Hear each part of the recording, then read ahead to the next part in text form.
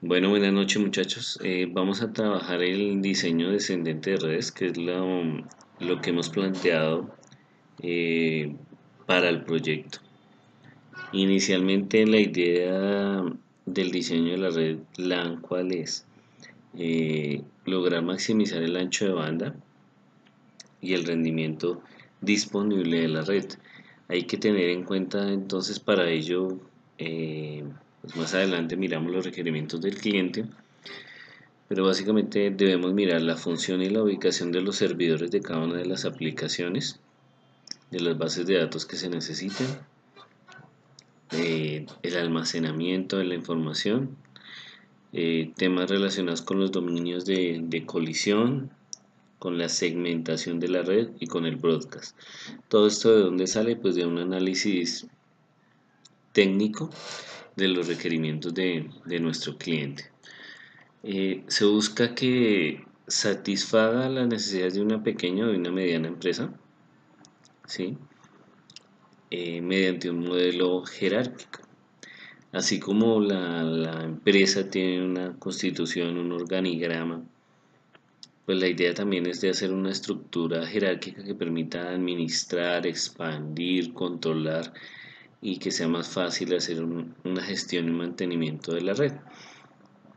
Cuando la red cumple con los estándares que ustedes han tratado, eh, la red se hace más fácil de gestionar, de mantener. Cuando hay algún problema es más fácil solucionarlo porque todo está etiquetado, todo se sabe dónde están los puntos de acceso, dónde están los equipos, a qué puertos corresponden, ¿no?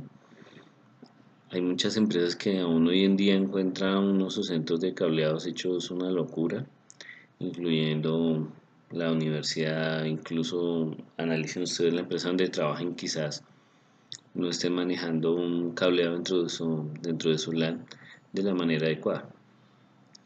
El diseño de estas redes implica la división en capas independientes. Ya vamos a ver el modelo que básicamente nos habla de la capa de acceso, la capa de distribución y la capa de núcleo. La capa de núcleo es la salida al exterior, es donde se concentra la mayor cantidad de información. La distribución es cuando se distribuye a nivel vertical, por ejemplo, que tengamos varios centros de almacenamiento, varios racks de información, varios equipos. Y el de acceso pues ya es el que permite la conexión a los elementos, a cada uno de los equipos. En la capa de acceso entonces tenemos la interfaz con equipos como PCs, impresoras, teléfonos IP. Pues ya dependiendo de su diseño, aquí van a tener switches, bridges, hubs, pueden tener puntos de acceso inalámbricos, repetidores. La idea es que sea el medio de conexión directo a los equipos del usuario final. La capa de distribución son switches de acceso que ayudan al enrutamiento, me ayudan a controlar el flujo también de acuerdo a las políticas que se hayan generado en la organización. Me ayuda a segmentar los dominios de difusión, segmentando y enrutando entre las VLANs definidas en la capa de acceso. Los switches de esta capa presentan alta disponibilidad y redundancia para asegurar la fiabilidad. Entonces, en su diseño vayan pensando en esta estructura jerárquica. Yo me imagino que ya de acuerdo a las dimensiones del proyecto que planteamos, ya ustedes vieron que hay necesidad de instalar varios puntos de acceso. Entonces, ¿cómo irían ahí dentro de esta estructura jerárquica? La capa del núcleo, como lo mencionábamos, es la que concentra toda la carga de la red, entonces es la que tiene mayor velocidad. Es importante en el diseño establecer eh, en esta capa cuánto ancho de banda necesitamos o qué requerimientos tenemos para contratar el servicio al operador. Dentro de lo que ustedes tienen que hacer pues está costear ese, aparte de todos los equipos, la instalación, el diseño, pues cuánto nos cuesta este plan y qué nos incluye.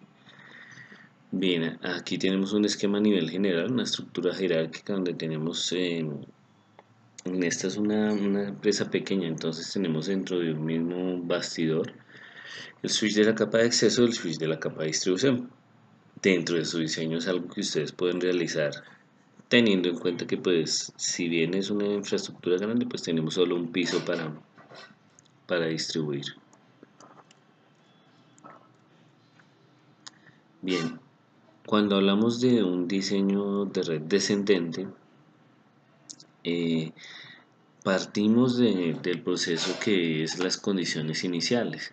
Dentro de esas condiciones iniciales entonces está todo lo que definimos o tratamos de definir el sábado anterior, que es el análisis de los requerimientos del cliente.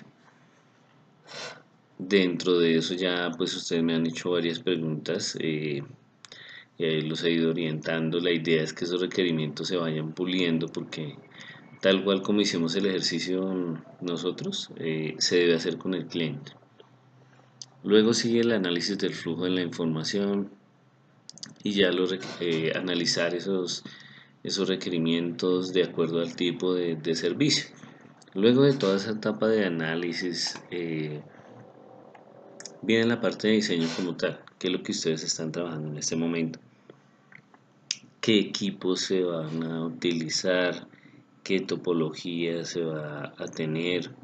¿Cómo va a ser la asignación de direcciones? La segmentación, las VLANs, es necesario crear VPNs, temas como la seguridad, las cámaras, la biometría, entonces todo eso viene dentro de su diseño lógico y físico.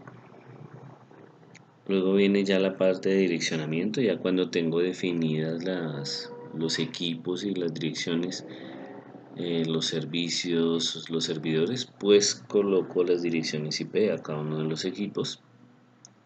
Y de paso pensando en esto, pues también no se les olvide la codificación. Cada punto debe ir acompañado de una codificación y cada conexión dentro de los switch o los routers también debe ir codificada de acuerdo a la norma.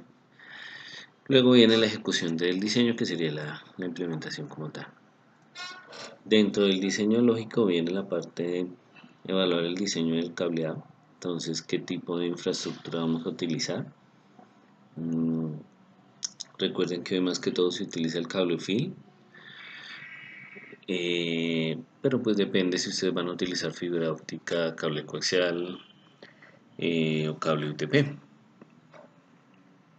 Luego evaluamos los equipos de red que ya ustedes colocan, si son switches, routers, bridges, gateways, lo que necesiten.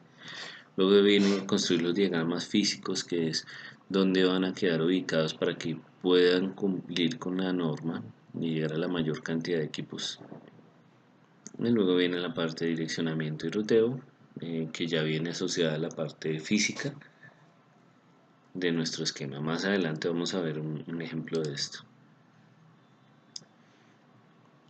Bien, la idea es tener un proceso integral que mire todas las necesidades del negocio, revise la tecnología disponible en el momento, pero recuerden que hacemos el diseño pensando no solo en lo actual, sino en lo que pueda venir dentro de la empresa. Es importante definir con el cliente si tiene pensado implementar una serie de servicios o adelantarnos y planear nuestra red con algo que pueda ofrecer adicional a ese cliente. ¿Listo? Eh, con las redes LAN, pues básicamente nosotros ponemos la gran cantidad la cantidad de equipos que se requieran. Ya en redes WAN nos toca hablar con los operadores para ver en qué punto y qué tipo de equipos nos colocan. Como es una estructura, un diseño de red descendente, nos dice que no comencemos conectando direcciones IP. Si ustedes analizan la estructura, lo último que se hace es el direccionamiento IP. Primero hay que mirar las metas, los objetivos del negocio, los requerimientos, todo lo que planteamos con el cliente. Explorar los grupos y las divisiones, para encontrar las necesidades de cada uno de los segmentos de la red. Para esto nos valemos de la jerarquía del organigrama de la empresa. Luego miramos qué aplicaciones se ejecutarán y el comportamiento de esas aplicaciones en una red. Recuerden que cuando ustedes están tratando de estimar el tráfico de una red, vamos a encontrar diferentes tipos de servicio y ya hay modelos establecidos, ya hay algunas estadísticas de cómo es el comportamiento cuando tenemos servicios de HTTP, FTP, cuando tenemos voz IP. Entonces la idea es que ustedes revisen cómo involucran esos modelos dentro de su diseño de red. ¿Listo? Como es diseño descendente, nos dice que enfocarnos primero en la capa 7 más arriba. Obviamente hay que tener bien definido lo que necesita una vez más el cliente. Cuando hablamos del diseño estructurado, debemos entender los flujos de datos y los procesos que se llevan a cabo con este flujo de datos. Esto con el fin de entender qué tipo de servidores voy a tener, qué servicios me van a prestar y cómo va a ser su distribución dentro de mi red. También se enfoca en entender dónde se va a realizar la ubicación y esto también se hace de acuerdo a las necesidades de cada uno de los usuarios, porque habrá puntos donde necesitamos redes fijas, otros donde necesitamos redes inalámbricas, otros donde necesitamos más seguridad. Recuerden que aquí es importante establecer la diferencia entre los equipos fijos que están dentro de la empresa, equipos portátiles que quizás los operarios, los empleados de la empresa puedan llevarse y los que pueda traer un cliente o un externo a nuestra compañía. También hay que tener en cuenta esto dentro de nuestro diseño estructurado de red. Dentro de estas estructuras primero se hace un modelo lógico antes del modelo físico. Entonces, antes de ir a mirar dónde vamos a ubicar los equipos y demás, primero debemos establecer de acuerdo a los servicios y a las necesidades del cliente cómo vamos a estructurar nuestra red dentro de ese modelo jerárquico. ¿Listo? Entonces, dentro de este diseño de redes tenemos en cuenta el ciclo de vida del desarrollo de los sistemas, lo que normalmente se conoce como SDLC. No confundirlo con el control de enlace de datos sincrónico. Los sistemas se desarrollan y continúan existiendo durante cierto tiempo de vida, llamado el ciclo de vida. Recuerden que el desarrollo de nuestra red, el diseño se hace pensando por lo menos 10 años en adelante. Pero algo que deben analizar ustedes es los equipos y tecnologías que se podrían ofrecer en este momento que no se tienen en cuenta y cómo será su reflejo en esas redes convergentes dentro de 10 años. Bien, en la fase 1, que es análisis de requerimientos, miramos las metas de negocio, las restricciones, las metas técnicas, los pros y los contras del establecimiento. Caracterizamos la red existente y el tráfico de la red. En nuestro caso, pues realmente no hay red existente, todo va a ser nuevo, entonces eso nos quita esta parte del análisis.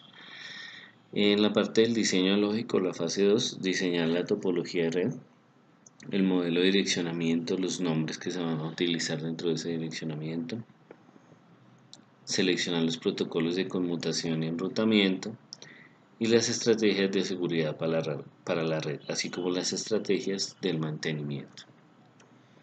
En la fase 3 se realiza el diseño físico de la red, ya se colocan las tecnologías, los dispositivos, la ubicación y demás. Esto se hace de acuerdo a lo que se haya negociado con el cliente de sus necesidades de dispositivos y tecnologías. La etapa 4 es probar, optimizar y documentar el diseño de la red. Ya después de que hayamos diseñado nuestra red, debemos probar que ese diseño sea válido lograr optimizar ese diseño de red y lograr documentar el diseño de esa red. Aquí nos valemos de su conocimiento y experiencia para lograr esto. Las metas del negocio pueden ser reducir los costos de operación al implementar nuestra red, mejorar las comunicaciones, acortar el ciclo de desarrollo de los productos, expandirse a mercados internacionales, hacer asociaciones con otras compañías, ofrecer mejor soporte al cliente o crear nuevos servicios. Algunas prioridades puede ser el tema de movilidad. Si pensamos, por ejemplo, que hay empleados que pueden trabajar desde su casa, tema de teletrabajo, entonces, ¿qué requerimientos podrían tener en ese sentido? Movilidad, seguridad, tanto física como lógica, seguridad informática, robustez, aquí hablamos de tolerancia a fallas. Esto va de la mano con el plan de contingencia. ¿Qué sucede si hay un fallo en las bases de datos en los sistemas de información? Continuidad después del desastre, entonces es el plan de respuesta a emergencias. Los proyectos de red deben priorizarse con base en metas fiscales. Recuerden que normalmente las empresas tienen un presupuesto anual, entonces es demasiado riesgoso hacer proyectos sobre el final. O sea, luego de octubre es bastante complejo realizar estos desarrollos. A veces es preferible esperar hasta el año siguiente que inicien un nuevo año fiscal. Las redes deben ofrecer un retardo bajo. Esto lo sabemos, esto va asociado al tema de latencia. Y dependiendo del tipo de servicio, si tenemos aplicaciones en tiempo real como zipeo o video por streaming, pues necesitamos que tengan la menor cantidad de latencia. ¿Listo? ¿Qué restricciones puede tener nuestro diseño antes de iniciar? Presupuesto. Obviamente nosotros partimos de un presupuesto o, como es nuestro caso, necesitamos plantearle un presupuesto al cliente. Hay restricciones de personal, en ocasiones necesitamos de un personal específico que haga acompañamiento a nuestra labor, que nos indique qué servicios, aplicaciones tiene, entonces estamos dependiendo del tiempo que ellos manejen. La agenda que tenga la empresa, en qué tiempo quiere el desarrollo de la red. Si la empresa está funcionando, pues es inevitable que nos toque trabajar en horas muertas ya en la implementación. Y políticas, ustedes saben que todo parte de una política. Ya lo hemos hablado varias veces. Implementar una red es parte de una planeación estratégica de una compañía. Entonces nos da ciertos tips el diseño descendente y nos dice que antes de reunirnos con el cliente tratemos de mirar qué productos o servicios ofrece, qué viabilidad financiera tiene el proyecto, cuáles son sus clientes, sus proveedores, su competencia, qué ventajas competitivas tiene esta empresa. La idea es obtener qué problemas quieren resolver con nuestra implementación, con nuestro diseño, cómo puede ayudar la tecnología a hacer el negocio más exitoso, qué debería pasar para que el proyecto tenga éxito. Entonces eso es lo que empezamos a pensar antes de esa primera reunión. ¿Qué pasa si el proyecto falla? Entonces, si no se puede llevar a cabo el diseño de las redes, es una función crítica del negocio. El proyecto es visible para la alta gerencia. Realmente en esta década, así sea un negocio pequeño, el tema de las redes tiene una influencia grande. Entonces, realmente los proyectos de TIC tienen bastante visibilidad y se vuelven críticos en el negocio. ¿Quién está de tu lado de saber cuáles son los posibles aliados dentro de esa compañía que nos puedan ayudar a que ese proyecto sea exitoso? Miramos sesgos. Aquí yo lo miro como esa compañía de pronto tiene negocios previos con proveedores, entonces pueden hacernos requerimientos de equipos, de infraestructura. Pueden decirnos que trabajemos con X, Y o Z marca. Entonces eso inevitablemente nos va a cambiar el diseño de nuestra red. Entonces ahí es importante hablar con el personal técnico y pues a nivel gerencial que dan las políticas. Dentro de las primeras cosas que hay que hacer, entonces ya saben, obtener una copia del organigrama. Eso fue lo que tratamos de hacer el sábado para saber qué tipos de usuarios hay y tratar de establecer qué requerimientos tienen para poder segmentar nuestra red. Es importante hablar de seguridad, entonces, ¿cuál es la política de seguridad de la compañía? ¿Afecta nuestro diseño esa política? ¿Impactaría nuestro diseño a esa política? ¿O es tan estricta que nos tiene atados y no nos deja diseñar bien nuestra red? En nuestro caso, pues no tenemos restricciones de políticas de seguridad. Hay que catalogar los recursos de la red que la política debería proteger. Entonces, esto es cuando ya hay una red existente. Nos toca mirar qué hardware tienen, qué software tienen, las aplicaciones, los datos y temas que uno no puede dejar de lado como la propiedad intelectual, secretos de negocio. Entonces hay cierta información que es vital para la empresa que hay que tener mucho cuidado. Entonces el alcance del proyecto es de corto alcance, algo como permitir al departamento de ventas tener una VPN. De largo alcance, un rediseño completo de la red. Podríamos basarnos en el modelo OSI para tratar de mirar el alcance del proyecto. Hay que pensar si ese alcance está de acuerdo al presupuesto, a los tiempos, a la capacidad que tenga la empresa.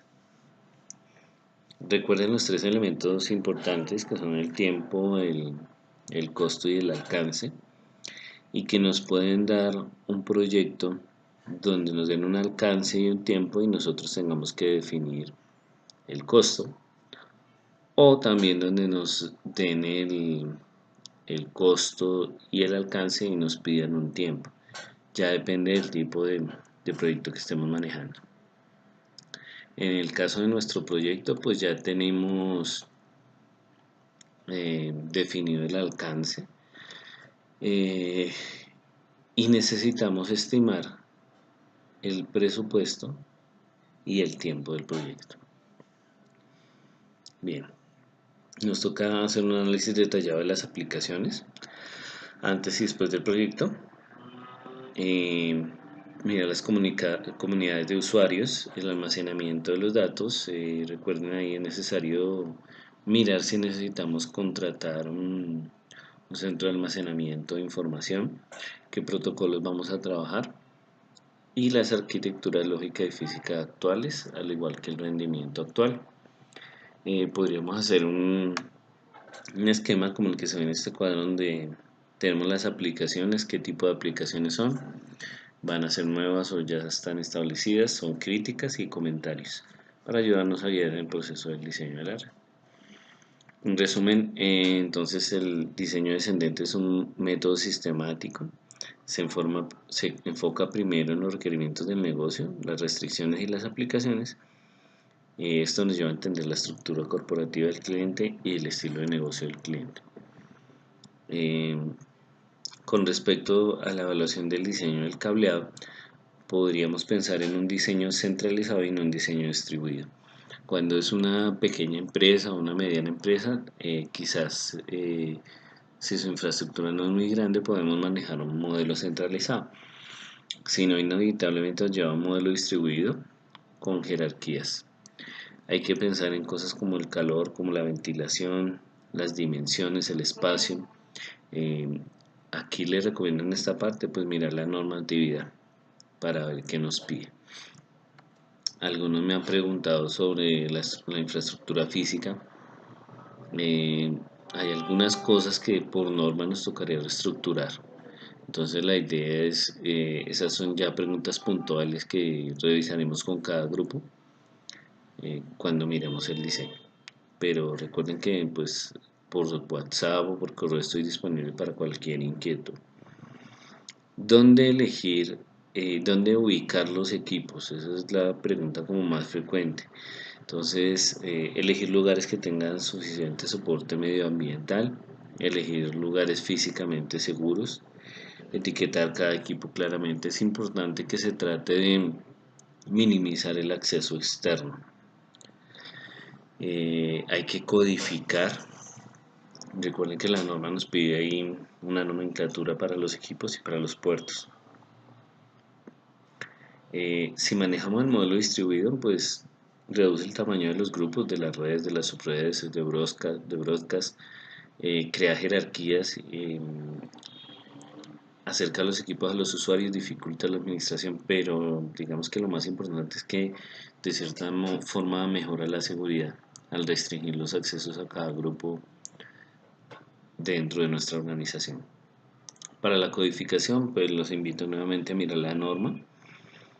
Aquí nos pide que establezcamos el nombre, la categoría de si es necesario poner clases, el nombre de campus del edificio, el piso, la pieza, el rack, qué tipo de equipo, la dirección IP local remota, el número de puerto, tipo de circuito, la tecnología, capacidad, ancho de banda, velocidad.